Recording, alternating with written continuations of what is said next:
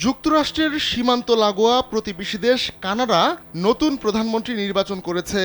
নবনির্বাচিত প্রধানমন্ত্রীর নাম মার্ক কার্নি। তিনি দেশটির বিদায়ী প্রধানমন্ত্রী জাস্টিন ট্রুডোর স্থলাভিষিক্ত হলেন। আগাগোড়া অর্থনীতিবিদ কার্নি ব্যাংক অফ কানাডার গভর্নর ছিলেন। এছাড়া তিনি ব্যাংক অফ ইংল্যান্ডেরও নেতৃত্ব দিয়েছেন।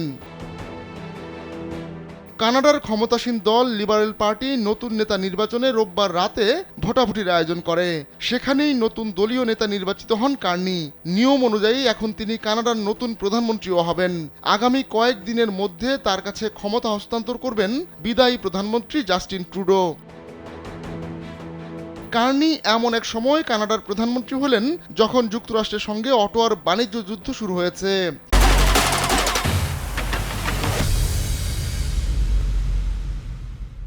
প্রধানমন্ত্রী নির্বাচিত হয়েই কার্নি কানাডার ওপর মার্কিন প্রেসিডেন্ট ডোনাল্ড ট্রাম্পের আরোপ করা শুল্ক নিয়ে কথা বলেন।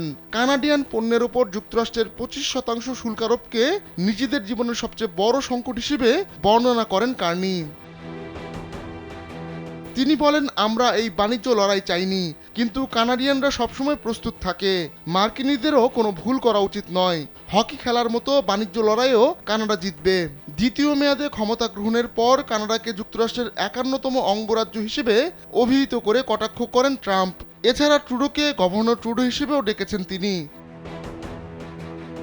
ট্রাম্পের এই মন্তব্যের জবাব কিছুটা ঘুরিয়ে দিয়েছেন কানাডার নবনির্বাচিত প্রধানমন্ত্রী কার্নি। তিনি বলেন, আমেরিকা কানাডা নয় এবং কানাডা কখনো কোনোদিনও কোনোভাবে আমেরিকার অংশ হবে না। চলতি সপ্তাহের যে কোনো একদিন কানাডার গভর্নর জেনারেলের কাছে প্রধানমন্ত্রীর শপথ নেবেন কার্নি। কানাডার গভর্নর জেনারেল ব্রিটেনের রাজা তৃতীয় চার্লসের প্রতিনিধি। এপ্রিলের শেষ দিকে কার্নি কানাডায় নতুন সাধারণ নির্বাচনের ঘোষণা দিতে পারেন। এর আগে গেল 6 জানুয়ারি প্রধানমন্ত্রিত্ব ও দলীয় প্রধানের পদ ছাড়ার ঘোষণা দেন ট্রুডো। তিনি 2015 সালে প্রথমবার দেশটির প্রধানমন্ত্রী হন, কিন্তু সাম্প্রতিক সময়ে তার জনপ্রিয়তায় ভাটা পড়ে।